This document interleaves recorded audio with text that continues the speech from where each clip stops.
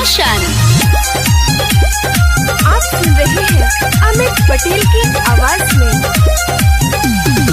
नाचत रहे छमा छम डीजे बाजा के धमाधम।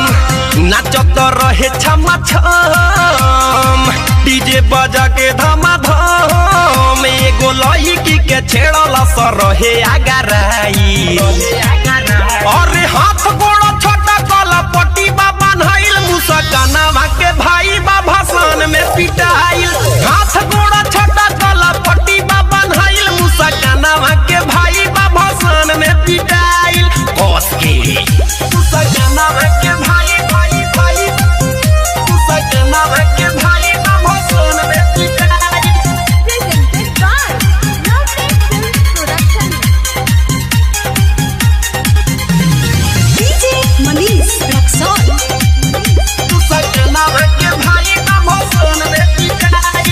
एक तपा तोर ची तोर बाबे देह में न बूताबा। बढ़ल बेमारी औरी पड़ल लात जूताबा। एक तपा तोर ची तोर बाबे देह में न बूताबा। बढ़ल बेमारी औरी पड़ल लात जूताबा।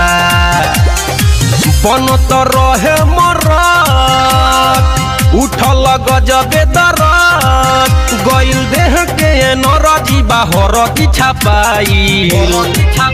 अरे हाथ गोड़ छोटा कला पट्टी बाबा नहाइल। मुसकाना के भाई बा भाषण में पिटाइल। हाथ गोड़ छोटा कला पट्टी बाबा नहाइल। मुसकाना के भाई बा भाषण में थुराइल।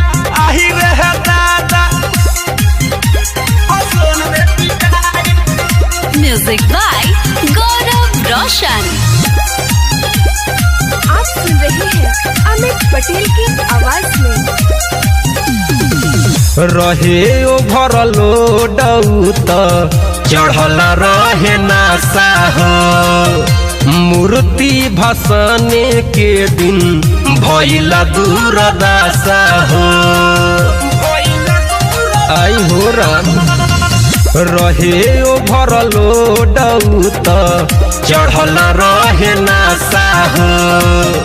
मूर्ति भसने के दिन भइल दूरदशा हो।